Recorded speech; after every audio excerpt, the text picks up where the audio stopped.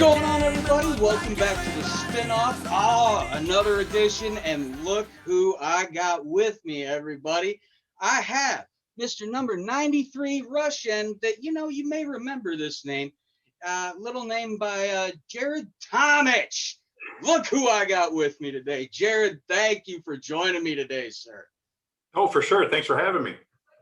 All right, so I mean, it's no secret about your career at Nebraska, your pro career. We'll get into that. I want to start a little bit earlier than that, which was your high school days. You were a defensive end at Lake Central High School in Indiana. Now, what was it about the defensive side of the ball that just drew you into it? Was it inflicting pain on others and not getting in trouble? I think that was the biggest part, and I think that's what drove me, I think, through college and the pros too. I always enjoyed that part of the game, and it's funny when folks ask now, what do you miss? What's it? And I give that, boy, I miss the violence, and then you get that little look at the side of somebody's eye, but no, I think just kind of getting after it with the defense. Never really, and it's funny because my whole, even in high school, never played offense. Most of the guys that I played ball with, they at some point in high school or before they played some kind of offense. I've never been on that side of the ball. So if I even this happened a few times in college and pros and things, I would get the ball. I wouldn't know what to do with it. So we had some pretty good blooper films when with me in Nebraska, getting a couple of fumbles and things like that here and there. But always enjoyed the defensive side. And see, in high school, that's funny that you say you only played the defensive side of the ball. Because like you said, 9 times out of 10, even 99 times out of 100, those guys in high school, they're playing Iron Man ball. They're playing both sides. And it's right. Amazing that you were obviously such a standout on defense. It almost seems like, to heck with ball skills, you obviously could have played offensive line or even tight end. But they saw, obviously, the skill on the defensive side of the ball and just said, we're not going to risk injury on the offensive side because we really need this guy on the defensive side. So did it ever discourage you not playing the offensive side of the ball? No, I was happy to. I was always happy to be catching my breath on the sideline, when the offense is out there. I never knew how guys could do that and kind of Iron Man and play both sides and do that. And I went to a big, pretty good sized high school, and there was lots of good kids. So really didn't need to play on the offensive side of the ball too. I think is just as much a part of it, which was okay with me. That was the only thing that I did was long snapped. In addition in high school, and it's probably one of the only things that I regret. And Coach McBride told me to keep doing it, and I didn't. I just wanted to play defense. No, I'm just going to play defense. I don't need to snap the ball. And those guys, those long snappers, once you get into the pros, and those guys are incredibly good, but you can have a long career even after you're done kind of playing your position with long snapping. So for those guys that are out there long snapping, keep doing it, because you don't know when that's gonna, when that part's gonna take over, and kind of get you through too. It's funny you bring up long snappers. I remember a gentleman that was on America's Got Talent just 2-3 seasons ago. He used to be a long snapper for the Philadelphia Eagles, and now he's on America's Got Talent doing magic and everything. I forget the man's name, but he was amazing, very approachable. But like you said, same thing you said right there. He said the same was, you can have a very long and lucrative career as a long snapper in the NFL. Yeah. Oh yeah. There's lots of guys, that's and they are gold. They are gold. Teams look for snappers because once they find one, they hang on to them. They're a hot commodity. Even in college, that can open a lot of doors if nothing else. So yep. All right, so take me through your senior year of high school. Obviously, looking to go to college. Were there any offers that you got for a full ride that you just said that's just not the right fit? No, it was more of the other way around. I didn't have any offers coming out of high school. Even there was an article which we still kind of, because we live 45 minutes from Purdue, so we still kind of tease about this. And I grew up just an hour and a half from Purdue, but that was where I wanted to go. I wanted to go to a Big Ten school or whatever. That would have been just incredible for me being in Indiana. And I still remember, and this was in Sports Illustrated at one point, which was kind of neat. But when Purdue told me I wasn't good enough to play at Purdue, and so that sunk in real hard. But no, I didn't have great grades. I had learning disabilities all through school, so there was nothing in the conventional system for me. No offers, nothing else. And it wasn't until Coach McBride and Coach Osborne actually had gotten a film from a local high school that I played against, from East Chicago Central. One of the strength coaches there used to be a strength coach at Nebraska, and he had sent the film and got that ball rolling for me. And so then when I went to Nebraska, this was after the season, this was after recruiting, after everything else. Coach McBride called and said, "Hey, we think there's something on film. We'd like to have you come out and meet you." So I did, and they were very, from that first time I met everybody, they were very upfront and said, "We don't have anything for you as far as scholarships or money or anything else like that, but we think there's something on film. If you come here, you have to Prop 48 your first year. You have to get your grades up on your own. Then you can walk on the next year." So, I mean, a little different, adventure than some kids, but for me, it worked out great. And it didn't matter that first day I was there as a Prop 48 or as a two-time All-American graduating. Coach Osborne and Coach McBride treated me the exact same way, and hence the reason I had the career that I did. Yeah, and see, it was funny when I was looking up anything from your recruitment process and all that.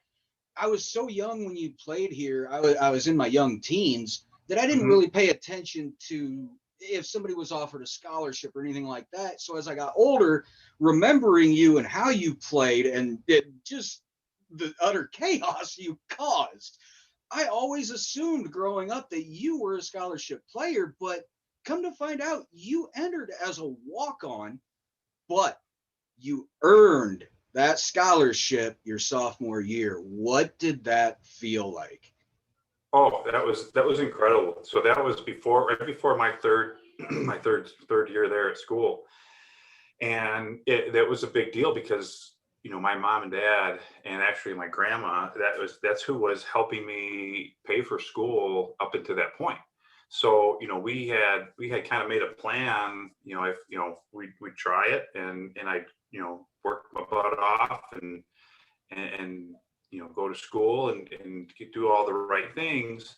And they only had so much funds to get me, to get me where I wanted to be. So if that scholarship didn't come through around that time, I couldn't have made it much longer, paying my own way. So I can still remember, like very, very vividly, going to Coach Osborne's office and him explaining that they were going to be doing, that they were giving me a full ride. It was incredible. One of the biggest honors that I had at the University of Nebraska in the entire time that I was there. And really, that was one of the things that after my junior year, when a lot of those guys started looking at going into the pros and doing things like that, it never crossed my mind, because I felt like I had a duty to finish my career that they started for me and that they had given me and worked this to this point. So, and that pro career could always come after that, and type of thing. So, we won that second national championship. There was a lot of hype to leave. It was just a lot of buildup. And for me, it wasn't even a consideration, because they had given me everything that I had so far and helped me get to that place, which was just incredible. And so obviously going into Coach Osborne's office to find out this amazing news, but you didn't know that heading in there. What was going through your head knowing Coach Osborne wants to see you in his office? Yeah, you know what? In Coach O, he never called too many guys to his office very much. We were, one of the things that Coach Osborne did such a great job with was, if you did something like missed classes, or you weren't keeping up with your grades, or that was all that was all regulated through the team. You know, he had created a unity council, so you were always judged by your peers. You know, it wasn't like you ever went really to Coach Osborne's office for anything, you know, anything bad in that sense, or things like that. So yeah, well, that was a big deal, you know, and to be able to, and just the relief, you know, I'm sure the relief at the moment, knowing that it was something good, but just the relief that financially I was able to, you know, be able to finish my career, and you know, keep going there. And you know, at that point I was just really starting, and the potential was just beginning. So it was pretty incredible time. Man, I couldn't even imagine that feeling. It has to be, like you said, just an amazing feeling that, like you said, you're financially covered for the rest of your college career, academically and everything. And like you said, I think you did the right thing. You felt you owed it to Coach Osborne and Coach McBride, that they offered you that scholarship. And like you said, you honored it. So Mm-hmm. very, very much kudos to you for keeping that. That is amazing. Thank you. And that was, you know, for both of them, that was how I could repay them. You know, they were excited. You know, they're excited when players went to the pros. That was they're generally, you know, that's a great opportunity for guys. When we got our degrees, that's when they really, you know, with Coach Osborne, that's what really filled his cup, and really was just the big, you know, the way to really, you know, give back, and show him your appreciation was by you know, getting your degree, and you know, making the best of it. All right. So obviously your career is going amazing. Obviously the 1995 season, we all know, and in my heart of hearts, I'm always going to believe that is by far the most dominant team I've ever seen in my life. I'll put you guys up against any Alabama team, LSU. I don't care who it is. Now, going into that Fiesta Bowl against Florida, at what point did you just kind of know that these guys just were not ready for you? The tunnel walk. Yes, I love it. And I played with some guys. I say it because I played with some guys, you know, that were on that team when I was in the pros. And I can remember we came out of the tunnel, and they were already kind of lined up waiting. And this is when, you know, you would line up with the team in the tunnel and then come out together, especially in a bowl situation like that. And we came out 2 by 2, you know, behind our captains, and we were all, and Coach Osborne was in front, and we walked out 2 by 2, and you know, and we walked out, you know, and we're kind of sitting and waiting, and they were yelling at us, taunting us, you know, just, you know, really kind of obnoxious, you know, in a way. And I remember it, and it's funny because the players that were on that team said they remember this very vividly too. And you know, we're all facing forward, and they said that Coach Osborne looks to his side, he was in front, and then he looks back, and then the whole team kind of looks to their side and then looks back, and then we walked out. And they said at that moment, they just, the balloon was deflated. They were, you know, mentally they were done. They didn't, you know, because they're, you know, part of their game is, you know, part of the game of football is getting into the other team's heads, you know, and when you think you can intimidate and do things like that, well, that wasn't going to happen with us. And so, yeah, we had a big advantage before the kickoff even started. I would say so. It was pretty obvious. I mean, how that game went, the dominance you guys showed on the defensive side of the ball was just unreal. I mean, that was probably one of the best performances by a defense that I've ever seen in my lifetime. I don't know about anybody that may be older than me. I might ask my dad sometime, but by Sure. far the most dominant performance I've ever seen. Now, on the flip side of that, on the offensive side of the ball, what did you guys get to read from Nebraska's offensive side when you got to see them out there? What were you seeing from Florida's defense that you could tell that they're just overmatched and just overpowered even? Well, they were just running them over. You know, they were running them over, and that's such a good place for us to be as a defense when we can see, the offense is just taking it to them and giving us proper, we can catch our breath, we can relax, so, and even with that game, I remember in the fourth quarter, I had turned my helmet in a sense, because they had, by that time, it was our second and third team guys that were getting the experience, for the next years. And that was one of the big things that Coach Osborne was real big too. We did that all the time in games, you'd be done by the third quarter.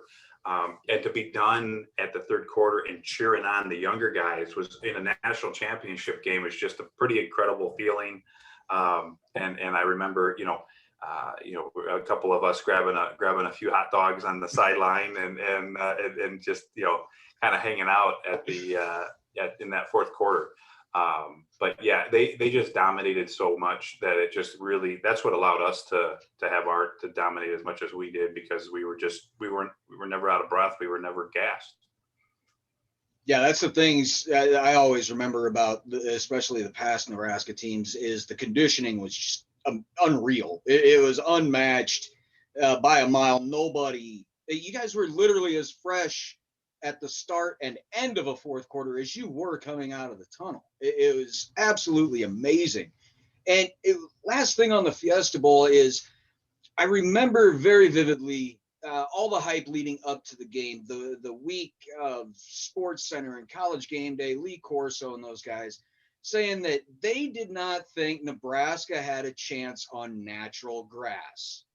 Did you guys hear any of that chatter all week long leading up to the game? And did you use that to show them we could play on anything? Always. Yeah. I mean, you pay attention to those things and you hear those, you hear that stuff and you enough to where you don't let it get to you, but you use it as fuel. You use it as, fuel on the fire and you use it as a motivator. We did that all season, even, the seasons before. And we always use things like that as just motivators and to be able to push us and just to prove your point. You want to prove at that point that we are as good as, as folks are saying. And we want to, do that, complete. So yeah, that was a big deal. All right. And you said, like we just talked about, you honored your scholarship, you stuck around. The 96 season, obviously it was still a great season, minus 2 games that just, it happens. It happens. They still sit sore. Oh yeah. It's sad when even I can still remember it that clearly. But with Scott being named the starting quarterback that year, how was he received by the team when he was named the starting quarterback? Can you recall that? Really well, because he had been there. He had put his time in. It wasn't like he had just shown up. He had already been there, putting his time in. Creating the camaraderie, with his offense and the defensive guys. We were all on board with them, and stood with them, in that. So there wasn't anything, that all worked out really well. And but yeah, I mean, he was deserving of it. And, like I said, he had already put his time in on the practice field that season before type of thing. So. Good. And see, I don't know how they do it nowadays, but if I recall correctly, back then during practice, it was first team against first team, correct? At times, yes. Yeah, okay. we practiced like we played, in that sense. But so certain times of the week, usually at the end of practices too, they tried to get us when we were, more gassed so that we weren't all completely pumped up. But we would do ones and we would do lives and those things at the end of different practices. So, yep. So when you would go full speed in practice, then 1v1, how tough was Scott during practice? Did he ever shy away from anything? No, no, he's a tough. Well, and that's why he played safety in the NFL. He's a tough dude. He's a physical phenom. And was a tough player, and I had the honor of being with him up in Green Bay together, and actually we're roommates in Green Bay when we were both up there playing. But yeah, you don't go from quarterback to DB in the NFL unless you're a tough, unless you really, obviously he's a smart guy, very, with the game and but yeah, super, super tough guy. All right, now we'll go on to draft, the NFL draft.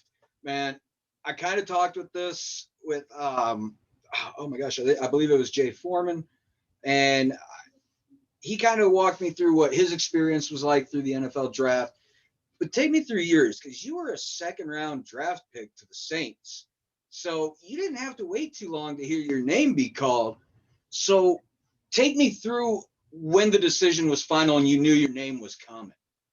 Yeah, it was, and I had broken my leg. I went to the Senior Bowl after the season, to kind of try to keep proving yourself and kind of make your, kind of get your numbers up a little bit more and be more visible for teams.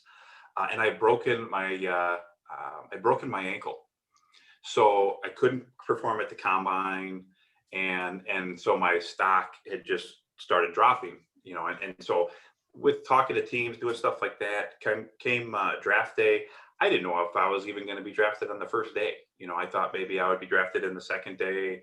It was all over the map because of my ankle. At that point, I was healthy. I performed for everybody. I had my own pro day and those types of things. But, I had no clue what I was going to be, where I was going to be. I was actually at home at my mom and dad's.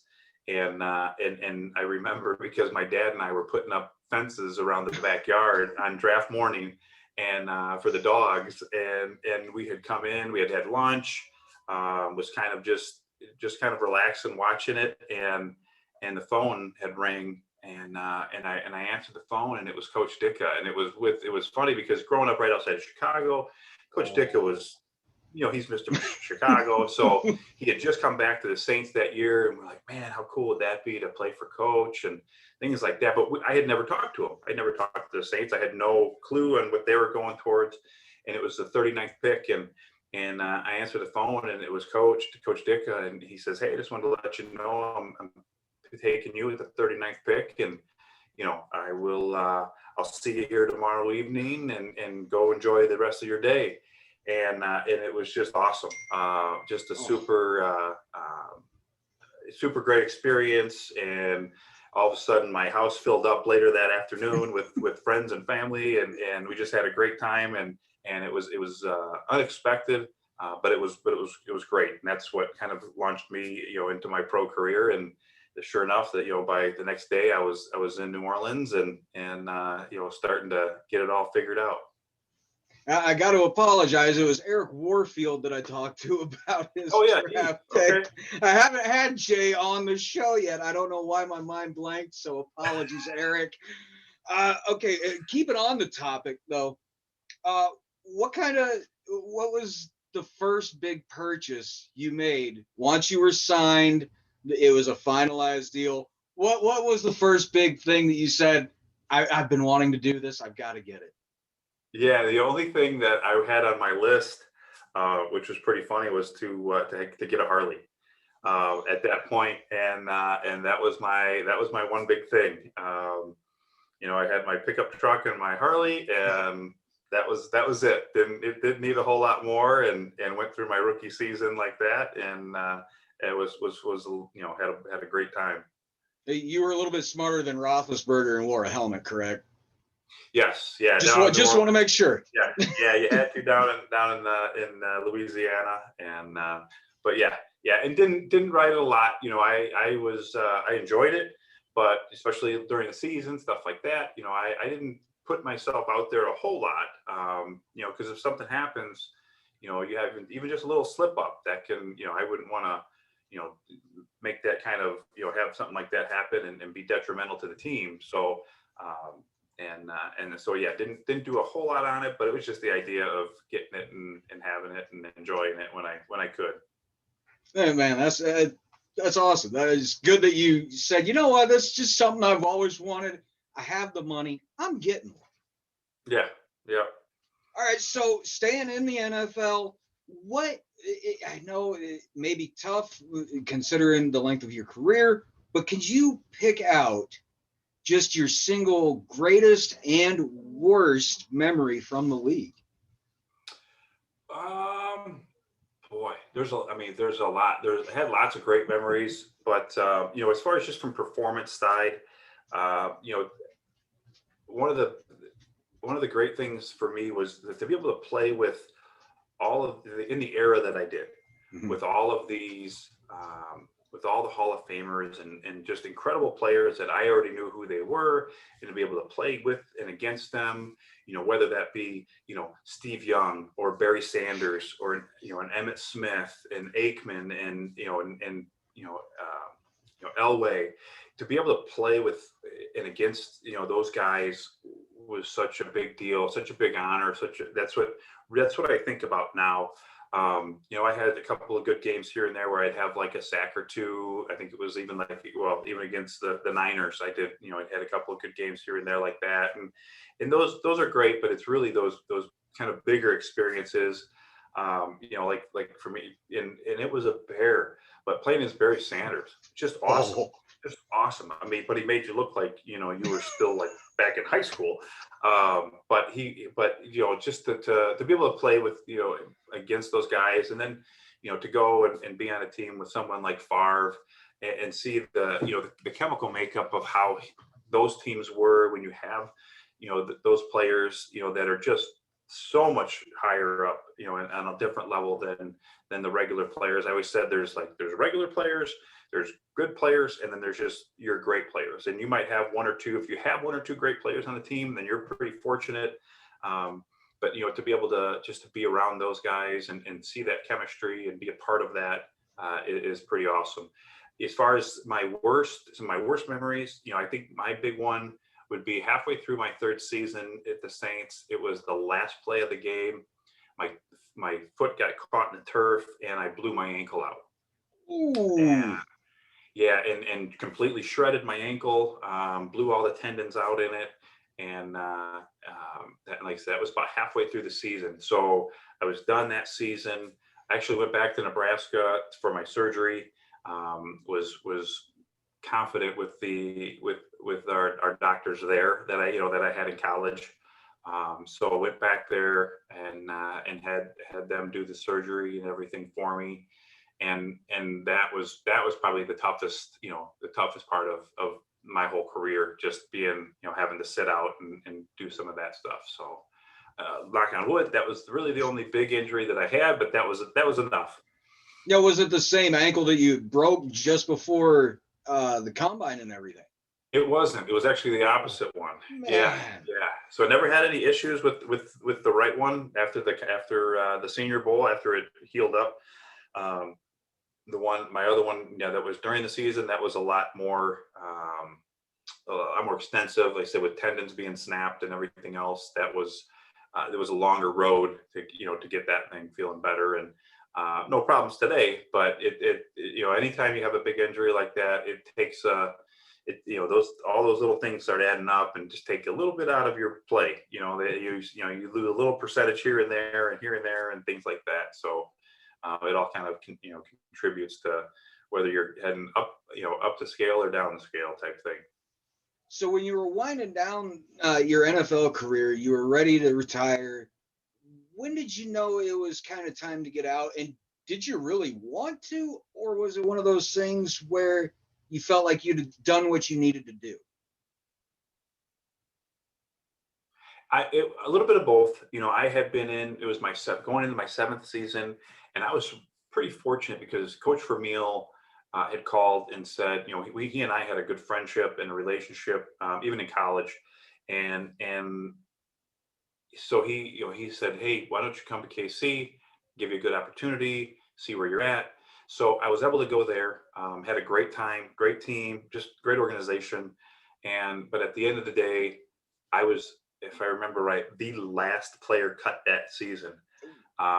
So it was a tough decision for Coach, but because I had already had so many years in at that point, if you're a backup, they're going to keep 2 younger guys, instead of keeping 1 older guy in that sense. So I was a special teams guy at that point. I was playing backup. I could back up all 4 spots on the D line, but it just wasn't quite enough. And so when coach released me, I knew then that this was probably the end of my career. I didn't think anybody else was going to, probably pick me up, just because it was the end of the beginning of the season that time, unless somebody had gotten hurt somewhere else, mid-season or something like that. I stayed in shape all year, that whole season, just in case somebody called. But I was okay with it. Coach Vermeil gave me that opportunity, so I didn't have any of those, whoa, what ifs or any regrets or anything else like that. I felt like, I had a great career, played a lot longer than most, and enjoyed myself. So and so that all was good, and sat really okay with me. My goal when I got in was to play for 10 years. I did not make my goal, but that's okay. You're pretty close. You're pretty close. Yeah, I was getting close, but yep. And see, I like that. You felt like, it was just kind of time. You've got to appreciate that. Like you said, you had a very good career, both collegiate and NFL wise. And man, you've gotten to play a game that you love and got paid for it. So how long did it take before you stopped missing playing the game, or is there still that itch? No, there's no.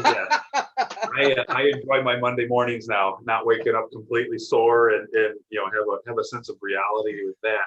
It was just probably that first year, and I just, because there was that little bit of, maybe somebody would pick me up.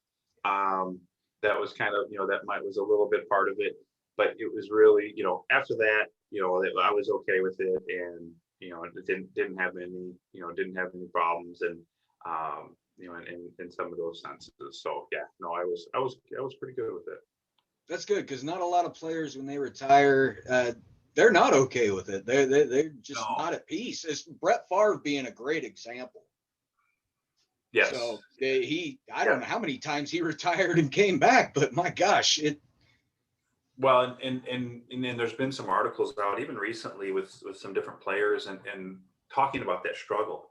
And I got a piece of advice. I remember when I got drafted, Coach McBride and I went out to lunch. We were just chatting, and Coach McBride is like a father to me now. He lives about an hour and a half from me.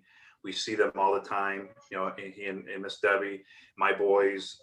That's like an extra set of grandparents for them. We love them, and we have such a great opportunity. But I can remember sitting with Coach, and he said, one of the things that you promised me is that every off season you go get a job and you stay. I don't care what you do. He goes, I don't care if you hold a broom up. You go get a job every off season. You do something. You stay. You stay regimented, and you stay in the sense of the real world. Type of thing. Because the NFL is not. We think it is at the time. Once you get done and then you get introduced to. You realize that that's not the real world. So I think by staying grounded like that, I mean, when I was in New Orleans in the off season, I worked as a Harley Davidson mechanic for 2 different years, and always did something. Every year did something, and just to kind of keep in that loop and kind of keep connected. And I think that's the biggest thing, just staying humble. So that when you're done, you have other things, other goals, other aspirations, and football is just one of the short chapters, in your whole book, and hopefully more and more guys can figure that out and be okay with that. Yeah, see, that's something. It almost strikes me as almost like a PTSD type of thing, where it's got to be very hard to not know that you don't have practice, you don't have game film to go over.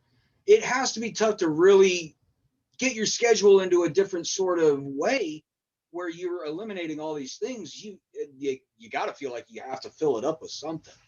Yeah, and everything is, for so long, everything is regimented for you. And I can remember even, and to put it in perspective, when I was in Green Bay, I was 31 going on 32, and walking into the locker room, and guys are, hey, what's up, Gramps?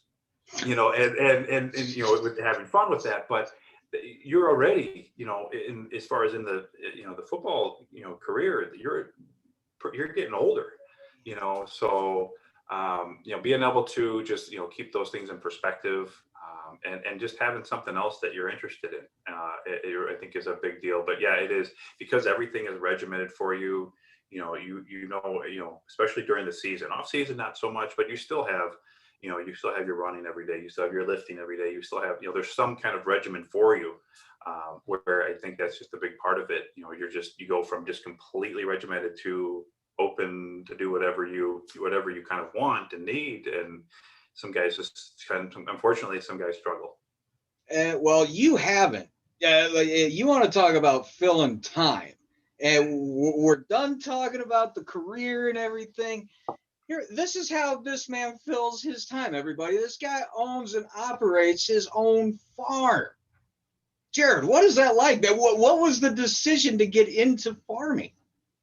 I grew up with horses, grew up with, with some different animals, not farming, but and a little over 4 years ago, at that point we were living in a subdivision, and a little bit closer to, on the outskirts of Chicago, in the Northwest Indiana suburbs, and I grew up, with property and acreage and being able to run around and do those things, and so my wife and I were just super fortunate to, it was always my pipe dream to have a farm, and to kind of do some of those things and raise our own, whether it's, and I've always had a garden. In college, I had garden, and surprisingly, so I've always been a gardener, always wanted to raise livestock and do some of those things. So we had found this great property that we have now, and we have 2 boys, 10 and 5. So you can't own enough property for them to run around on, type of thing. And so it was just, it was awesome. It's been fantastic. And we raise, Scottish Highland cattle, and we have about 30 of those, and we raise sheep, and we raise some hogs here and there, and just lots of fun stuff that we just enjoy. And then we still do a ton of gardening and do that stuff too. And then I've been super fortunate, because in the past less than 2 years now, had a kind of a transformation health journey of my own, where I was still living like I was playing in the NFL. I was 300, 310. And I'm only 6'2". I'm not like Grant and Jason Peter and some of those guys, where those guys are 6'4", 6'5". I was always the shortest guy on my defensive line. So, 2 years ago, or a little less than or 2 years ago, I was introduced to a program, and we went from 300, 310 to 225. And just completely reset my health, and being able to now run around with my 10-year-old and 5-year-old and keep up with them, because I'm a stay-at-home dad at that point too. And my wife owns a great company, so she's she works a ton, and the boys and us are home in the farm, and then that just developed into some health coaching of my own. So I do a lot of health coaching now, even with some ex-players. And that was kind of my, with the health coaching, it's really my focus, and drive on some of that is just to really help out ex-players, whether it's players in NFL, or players in college, just getting them to a good place, getting them, the healthy body, and that creates healthy mind. And, we can all kind of get better with that. Yeah, and that's a perfect segue, Jared. Thank you so much, because you here lately have been doing, it seems to me like more of a motivational speaking videos, going live on Facebook. I mean, I've watched, and man, I'll tell you what, you actually, because of one of them I watched, you inspired me to start working out again, and it's felt amazing. So thank you for that. And what you're doing That's on awesome. Facebook, Good job. with your live videos and everything, you give your fans and your followers a chance to interact with you personally. And I think that's something that a lot of people admire and look forward to seeing. So what was the decision in deciding to start doing live videos on Facebook and just telling people, hey, have a great day? That's just part of it. And I've been doing that, been doing the health coaching for about 1.5 years now. And that was just, I think the lives were just a progression, just kind of a natural progression to kind of keep being able to help folks. And also a lot of it has to do with the response that I get, the messages that I get, the amount of people that I'm coaching. It's just that kind of helps me too. And that whole life thing, that's a lot more intimidating than what it seems. You're doing a lot of this stuff, and so it's a good place because it's not a comfortable place that I'm at. So I like to try to put myself into uncomfort zones that just help grow, and I think that's great for all of us. And so be able to do that, to be able to motivate. And then, with the world's there's such an uncertainty in the world right now, and we're all kind of, suffering through this stuff together. And so it's just to be, if it helps somebody a little bit here and there, and it's just as much for me as it is for everybody else out there, the motivation. And I've always been, into self-motivating and really just trying to always be better at no matter what I'm doing or who I am, or being a better dad, being a better husband, just being better. I want to be better than what I was yesterday, even if it's just incrementally. And everything, being a better farmer, even, in a sense of kind of like silly stuff like that.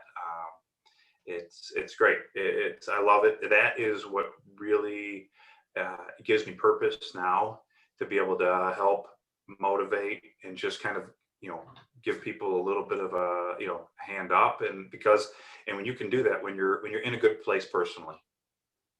And you can too, because somebody like yourself, your name is very well known. You have a platform, so it seems like it's almost easier for people to take advice from somebody that they look up to, rather than it would be from maybe a sibling. Just because the simple fact they see what you're doing, they see that it produces results because you're right there. You're showing that it produces results. So it's just an amazing thing that you're doing. And like I said, you inspired me to get my butt up and start doing something again. So thank you for that. All right. Yeah, that's great. So we'll go ahead and wind it down here. This is where the part of the show is. I basically turn this over to you. I let you tell people where they can find you as far as social media goes, maybe emails, and also any other organizations or charities you may be involved with. This is your time now. Feel free to let us know what's going on with Jared Tomich. Yeah, no, thank you. And thank you for the interview. It was a great time. I was really looking forward to it. For me, everything is more like through social media, for folks to find me through Facebook, get a lot of just, the personal messenger through Facebook, which is just awesome. And really that's the whole platform that I use for kind of getting the word out and kind of doing what I'm doing. And then also, and then we also have our little farm Facebook page, which is just Tomich Family Farm. And so, yeah, love being able to just post stuff like that. People really enjoy just kind of having fun on the farm. And whether it's a day like today where I'm slopping around in the mud, or it's just that beautiful sunny day and everything looks just awesome. And everybody's like, oh, you're living the dream. And, oh, yeah, because it's a nice sunny day today. They don't see me pulling hoses in the middle of winter and things like that. But yeah, no, I love being connected with everybody. I had such a great time at Nebraska. It was such a special place for me. We get back there, at least try to get back there once a year now, with the boys being older, once, at least for one game a season. And it's just always had a special place in my heart. And really just been, home number 2 for us. And so anything I can ever do to being back there, being a part of anything, it's super encouraging. And I get to meet lots of folks and from back there too. Jared, man, I can't thank you enough. This has been an amazing interview. You've been so accommodating. You're so approachable, and man, keep doing what you're doing on Facebook with speaking and everything. It's doing amazing things for a lot of people. I'm just going to tell you that. That's awesome. I appreciate that. And yeah, no, I'll keep going. I'll be, doing some lives and doing some interviews and stuff like that. And so, yeah, it's fun. It's a fun platform to be on. Good deal. All right. Well, this is where I'll sign it off. Everybody, you know the deal here. All right. You can go to YouTube and find this. It'll be on my name, Brian Knudsen. Let's see. You can find us on Facebook under my name, Brian Knudsen. You can find us on Twitter at my name, at Knutson_Brian. Also, you can find audio for this. It'll be on almost anywhere you can find podcasts. That'll be at the Scarlet Cream on Twitter. Jared, I want to thank Jared Tomich for being here. I need to thank the Killigans for providing the intro music for the spinoff and the Scarlet Cream Husker podcast. So for everybody watching, my guest, Jared Tomich, thank you so much, and we will see you all again soon. Jared, thank you, sir. Absolutely. Thank you. I appreciate it. Anytime.